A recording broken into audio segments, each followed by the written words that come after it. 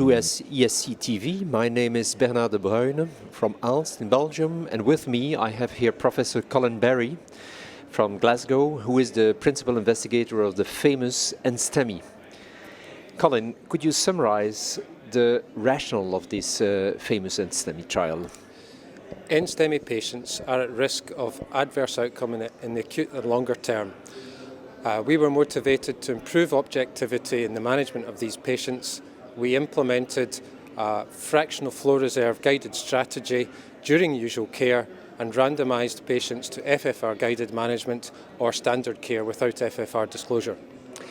So you randomized approximately 350 patients to angio-guided or FFR guided. Yeah. Which were the outcome of this randomization? We showed that FFR disclosure was associated with a reduction in the use of revascularization. There was a statistically significant difference post-randomization, and this reduction in revascularization was maintained through 12 months. Actually, this is the first prospective randomized trial investigating the use of fractional flow reserve in something else or other patients than stable patients. Why is that important? It's very important not to extrapolate the results of trials in one setting to another setting. I'm a believer in evidence-based medicine, and therefore we addressed the uncertainties in patients with acute coronary syndrome with respect to FFR. Yes. Actually, there is a kind of taboo of expanding fractional flow reserve to another subset of patients than stable patients. This has to do with the microvasculature, which is probably in an unhealthy condition during the acute phase of these events. Is that the most important aspect of the trial? This is clearly the subtext to our work. Having participated in many of the patients' management, it's very clear the responsiveness of the microcirculation to adenosine in the NSTEMI patients, in whom essentially they have a patent artery. There may be some microvascular dysfunction, but this microcirculation is responsive to adenosine, and we saw it with thermodilution tracings.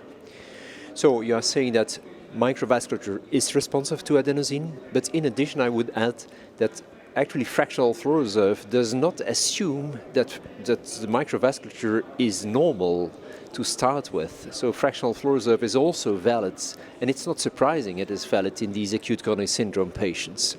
Absolutely, yeah. Was the study powered for outcome, or what was the endpoint?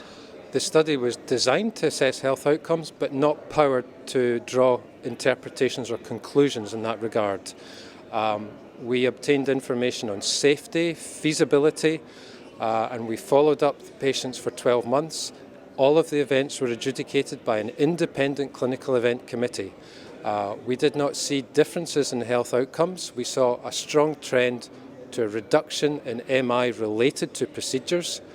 And clearly one of the main conclusions from this developmental study is we need a larger trial. Well, I think we can conclude on this statement. We need a larger trial, especially in more acute patients, probably. Thank you very much, Colin, for coming to ESC Television.